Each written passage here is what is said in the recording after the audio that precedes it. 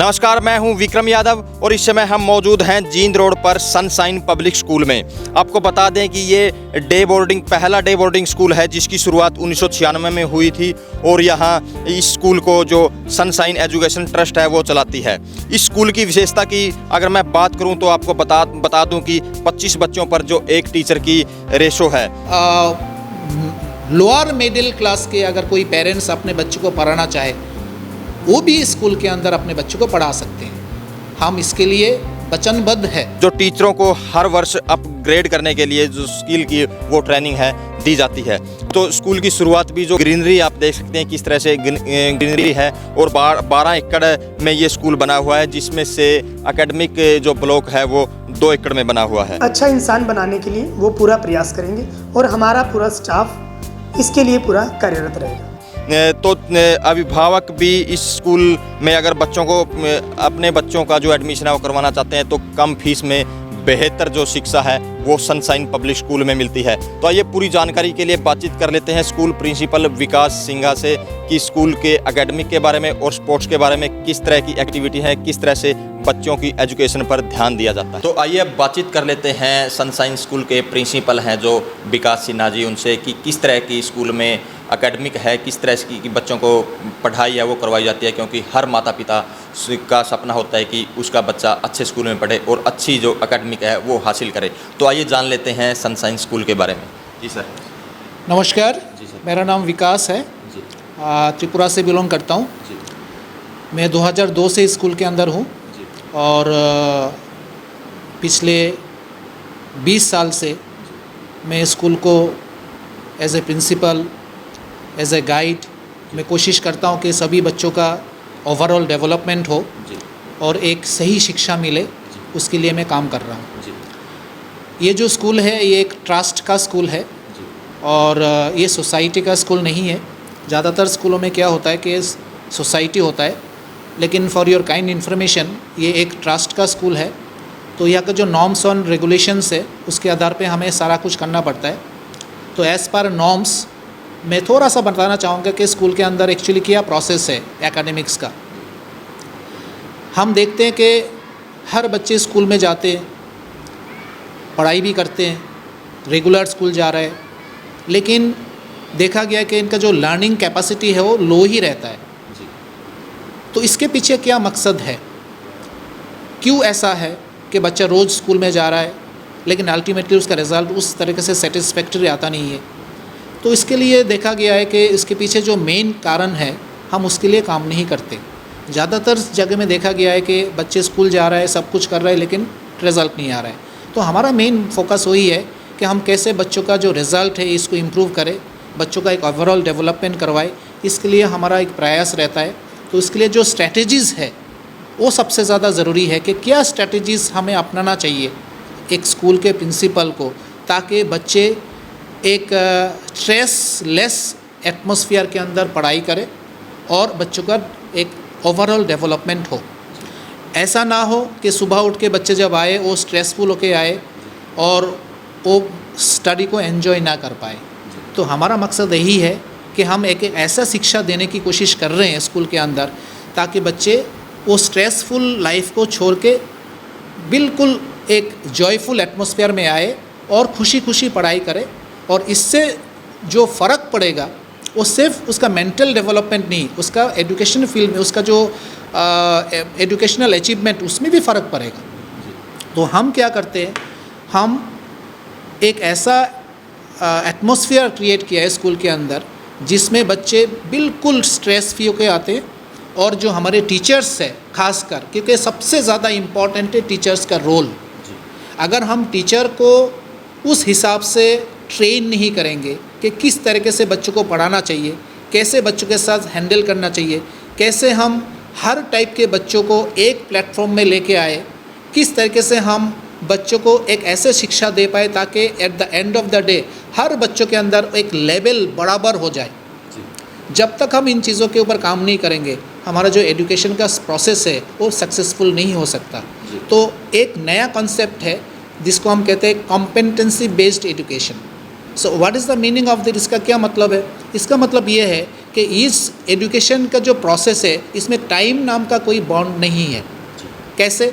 Suppose मान लीजिए class 3rd है, उसमें मैंने किसी एक बच्चों को 2 के टेबल पढ़ने के लिए सीखने के लिए दिया है, तो इसमें कुछ ऐसे होगा कि कुछ बच्चे 2 दिन में सीख लेंगे, कुछ बच्चे 7 दिन लगाएंगे। लेकिन eight the end of the day अगर वो 7 दिन का कोर्स है, 7 दिन के अंदर जितने बच्चे हैं सबको 2 का टेबल आ जाना चाहिए। तो हमें ये देखना है कि जो चीज़ हम करवा रहे हैं, चाहे वो कोई भी क्लास हो, चाहे वो बोर्ड क्लास हो, चाहे वो नर्सरी क्लास हो, जो एक सिलेबस है at the end of the year हर बच्चों को सेम लेवल पे लेके आना, ताकि हर बच्चों को जो सिखाया गया है पूरे साल में और हर बच्चों के अंदर वो ज्ञान आ जाए, वो एजुकेशन आ जाए, जो सोच है वो पूरा हो जाए। इसको हम कॉम्पिटेंसी बेस्ड एजुकेशन कहते हैं, जिसमें time is not a factor, the main thing is the skill. बच्चों के अंदर वो स्किल आ जाना चाहिए जिसके लिए वो डिज़र्व करते हैं, और इसको सिखाना वो टीचर्स का काम है। इसके लिए जो गाइडलाइंस है वो प्रिंसिपल देंगे। तो हमारे यहाँ पे क्या है, कॉन्टीन्यूअस एक स्किल्ड बेस्ड एजुकेशन के ऊपर हम मेहनत कर रहे हैं। सभी टीचर्स को हम रेगुलर ट्रेनिंग दे रहे हैं। मैं खुद कम से कम 25 ट्रेनिंग ले चुका हूँ from different agencies, from CBSE, from Diksha, from SIAM।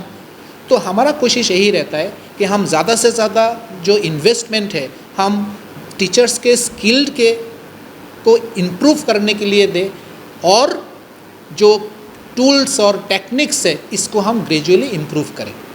That is our concept.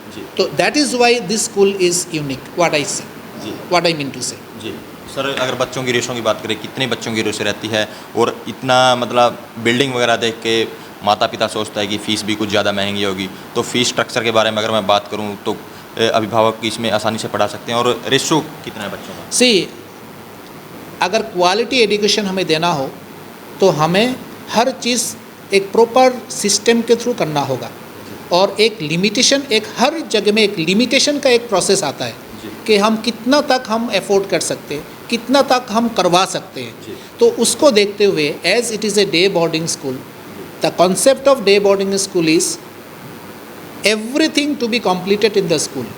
यानी कि जो स्कूल का पढ़ाई है प्लस जो होमवर्क है हम दोनों ही स्कूल में कंप्लीट करवाते हैं। तो इसके लिए देखा गया है, वो एक प्रैक्टिकल एक्सपीरियंस से हमने गेन किया है कि 25 बच्चे तक मैक्सिमम हम एक टाइम में एक टीचर कवर कर सकते हैं इन डे बोर्डिंग सिस्टम।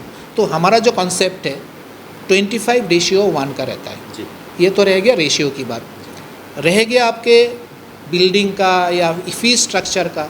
मैं आपको कहना चाहूँगा आपके माध्यम से कि पेरेंट्स के दिमाग में आसपास के सभी जो आसपास के गांव है या शहर है, सबके दिमाग में ये है कि ये बहुत एक्सपेंसिव स्कूल है।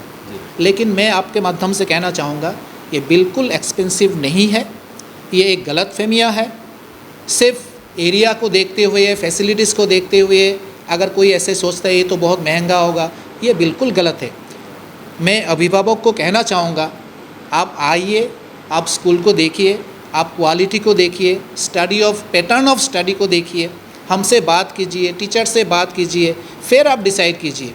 यहाँ पे मैं आपको बिल्कुल कॉन्फिडेंस के साथ कह रहा हूँ, इवन एक जो लोअर मिडिल क्लास के अगर कोई पेरेंट्स अपने बच्चों को पढ़ाना चाहे वो भी स्कूल के अंदर अपने बच्चों को पढ़ा सकते हैं।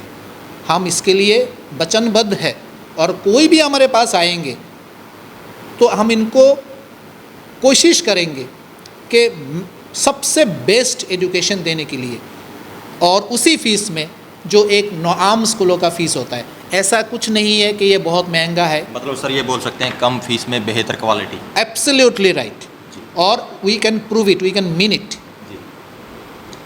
सर अगर बच्चों की एक्टिविटी की बात करें तो कितनी की एक्टिविटी हैं? और अगर स्पोर्ट्स की मैं बात करूं तो गेम्स भी माता पिता देखता है कि पढ़ाई के साथ साथ उसका बच्चा गेम्स में भी कहीं ना कहीं जाए, तो क्या कुछ एक्टिविटी है और गेम कौन सी? सी, नॉर्मली ये जो स्कूल है हम इसमें एजुकेशन इज़ द प्रायोरिटी।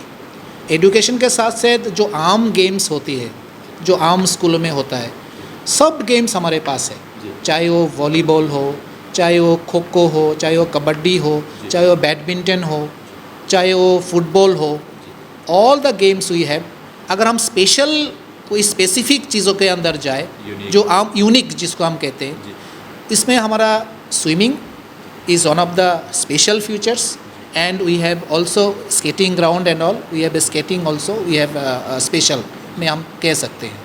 बहुत बच्चे हैं जिन्होंने नेशनल गेम्स खेला है, डिस्ट्रिक्ट तो खेलते ही है, तो इट इज़ नथिंग लाइक कि only study is there, study के साथ साथ ओवरऑल डेवलपमेंट के लिए, स्पोर्ट्स एक्टिविटीज़ के लिए ऑल द फैसिलिटीज़ हुई है। तो ये थे हमारे साथ प्रिंसिपल विकास सिंघा जी, जिन्होंने स्कूल की एक्टिविटी के बारे में बताया और बेहतर जो एजुकेशन क्वालिटी का इन्होंने वादा किया है। मैं सभी अभिभावकों को सनशाइन की स्कूल की तरफ से एज अ निदेशक एक विश्वास दिलाना चाहता हूँ, जो जिम्मेवारी आप हमें देंगे बच्चों के बारे में, चाहे वो एजुकेशन की है, स्पोर्ट्स की है या अदर एक्टिविटीज़ की है, हम उसको 100% पूर्ण करने का पूरा प्रयास करेंगे और उसको फ्यूचर में, भविष्य में एक कामयाब इंसान बनाने के लिए, चाहे वो एजुकेशन में है, चाहे स्पोर्ट्स में है या बाकी गवर्नमेंट जॉब्स के लिए है, उसके अलावा एक अच्छा इंसान बनाने के लिए वो पूरा प्रयास करेंगे और हमारा पूरा स्टाफ इसके लिए पूरा कार्यरत रहेगा।